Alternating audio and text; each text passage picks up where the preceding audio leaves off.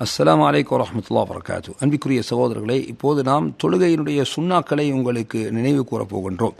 தொழுகையுடைய சுன்னாக்களை நாம் இரண்டு பகுதிகளாக பிரிக்கலாம். அதில் முதலாவது சொல் ரீதியான சுன்னாக்கள். சொல் ரீதியான சுன்னாக்கள் யாது என்று பார்த்தால், ஆரம்ப துஆ ஓதுவது. தக்பீரத்துல் இஹ்ராமுக்கு பிறகு வரக்கூடிய ஆரம்ப துஆ, சுருக்கமாக சுப்ஹானக்கல்லாஹும்ம வ பிஹம்திக வ தபாரக இஸ்முக வ தஆலா ஜத்துக வ லா இலாஹ கைருக்.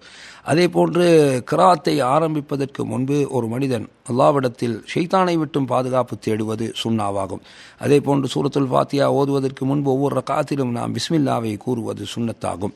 நாம் சூரத்துல் ஃபாத்திஹாவை ஓதி முடித்து விட்டோம் என்றால் ஆமீன் என்று கூறுவது சுன்னாவாகும். சூரத்துல் ஃபாத்திஹா ஓதி முடித்த பிறகு வேறு ஏதேனும் வசனங்களை நாம் ஓதுவதும் சுன்னத்தான காரியமாகும்.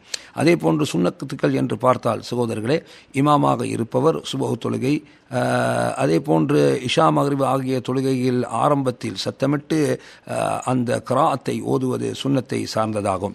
எனவே தஸ்பீஹ் கூறுகின்ற போது ஒரு முறைதான் ருக்கு சுஜூதில் நாம் தஸ்பீஹ் கூறுவோம். அதை தாண்டி நாம் கூறக்கூடிய தஸ்பீஹ் சுன்னத்தை சார்ந்தாக இருக்கும். அதே போன்று ரப்பிக் ஃபிர்லி என்று இரண்டு சுஜூதுக்கு மத்தியில் நாம் கூறுவது, அதை தாண்டி ரப்பிக் ஃபிர்லி என்று அதைவிட அதிகமாக ஓதுவது சுன்னத்தாகும்.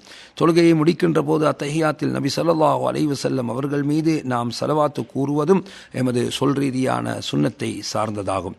அதே போன்று செயல் ரீதியான சுன்னாக்களும் தொழுகையில் இருக்கின்றது. இரண்டு கைகளையும் நாம் தக்பீர் கட்டுகின்ற போது உயர்த்த வேண்டும். ருக்கூவிலிருந்து எழும்பும் போது, ருக்கூவுக்கு செல்கின்ற போது, இரண்டு ரக்காத்தை முடித்துவிட்டு மூன்றாவது ரக்காத்தில் எழும்பும் போது இவ்வாறான நிலைகளில் நாம் கையை உயர்த்துவது சுன்னத்தாகும். வலது கையை இடது கை மீது வைத்து நாம் நெஞ்சில் வைத்துக் கொள்வது சுன்னத்தாகும். அதே போன்று தொழுகின்ற போது ஒருவர் தான் சுஜூத் செய்யும் இடத்தை பார்த்து கொண்டு தொழுவது சுன்னத்தாகும்.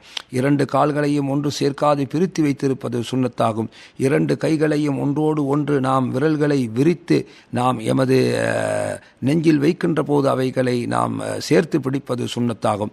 அதே போன்று சுஜூதுடைய நேரத்தில், ருக்கூவுடைய நேரத்தில் நாம் எவ்வாறு விரல்களை வைக்க வேண்டும்? சுஜூதில் நாம் இரண்டு விரல்களை சேர்த்து வைப்போம். ருக்கு செய்கின்ற போது எமது கை விரல்களை நாம் பிரித்து வைப்போம். அதே போன்று எமது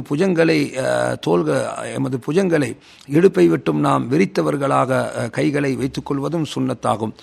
இரண்டாவது ரக்காத்தினுடைய அத்தஹியாத்தில் இடது கால் மீது அமர்ந்து வலது காலை நட்டி வைப்பதும், இரண்டாவது கடைசி ரக்காத்தில் நாம் வலது கால் மீது அமராது நிலத்தில் அமர்ந்து இடது காலை நட்டுவதும் சுன்னத்தாகும்.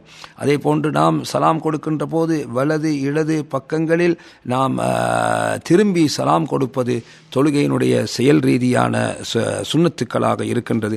எனவே சுன்னத்துக்களில் ஏதாவது ஒன்றை ஒரு மனிதன் மறந்து விட்டார் என்று சொன்னால் அதன் மூலமாக அவருடைய தொழுகைக்கு எத்தகைய ஒரு பாதிப்பும் வந்துவிட மாட்டாது. ஆனால் சுன்னத்துக்களை பேணி செய்தால் நன்மைகள் அதிகமாக கிடைக்கும்.